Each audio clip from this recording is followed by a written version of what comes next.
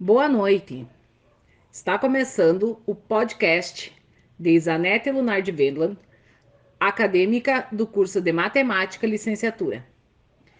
Na noite de hoje, vamos falar um pouquinho sobre as aplicações das equações diferenciais na disciplina de Física. Sabemos que a matemática está em todo e qualquer lugar. Vale lembrar que é importante que o aluno saiba pôr em prática aquilo que aprende em sala de aula e que ele consiga compreender que a matemática está presente em suas ações e essa também se aplica nas diferentes áreas do conhecimento, podendo citar a biologia, a química, a física, entre outros.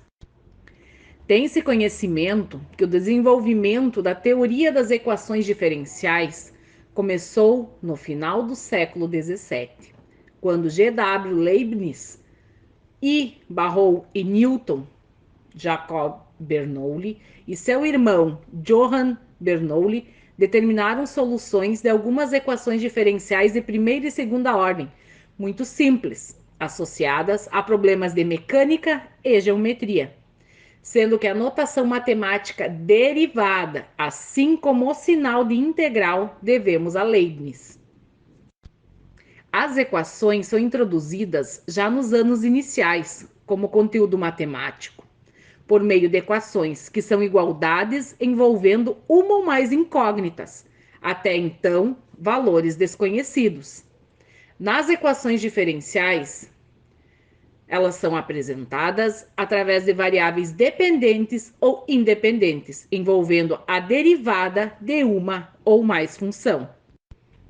Porém, antes da prática, é importante conhecer-se a importância da resolução de problemas, como metodologia didática. Nos exercícios da física, isso acontece, pois o aluno será o protagonista e o professor será o mediador de todo o processo de ensino e aprendizagem, utilizando esta metodologia.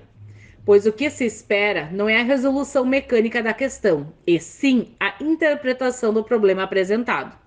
A seguir é apresentado um exercício da física, o qual será desenvolvido por meio das equações diferenciais ordinárias, que envolve derivadas até ordem n. Coloca-se um corpo a temperatura de 0 graus Fahrenheit em um quarto, mantida a temperatura constante de 100 graus Fahrenheit. Se após 10 minutos a temperatura do corpo é 25 graus Fahrenheit, e considerando que o EDO, que modela a lei de resfriamento de Newton, é a derivada de T em função de T mais a constante da temperatura é igual à constante de temperatura em M, onde T é a temperatura do corpo no instante, o TA é a temperatura constante do ambiente, podemos aplicar o T menos o TA, a diferença da temperatura, T será o nosso tempo e a K o nosso constante de proporcionalidade positiva. Primeiro, aplica-se a integral na fórmula dada. Precisamos determinar a constante. Depois, substitui-se na equação o resultado encontrado, para assim utilizar as informações dadas no problema. Pede-se para determinar o tempo necessário para a temperatura do corpo atingir 50 graus Fahrenheit. Após aplicar a fórmula, chegamos à temperatura, a um tempo de 23,9 minutos. Na alternativa B, pede-se para calcular a temperatura do corpo após 20 minutos. Chegamos a 44,01 graus Fahrenheit. É importante seguir todos os passos para a resolução de problemas, a fim de que ele leve os alunos a tomarem suas próprias conclusões. E para concluir esta etapa, fazer a discussão dos resultados com os alunos. Outro fator importante é a definição de derivada para esta questão, que é a inclinação da reta tangente que passa por uma determinada curva.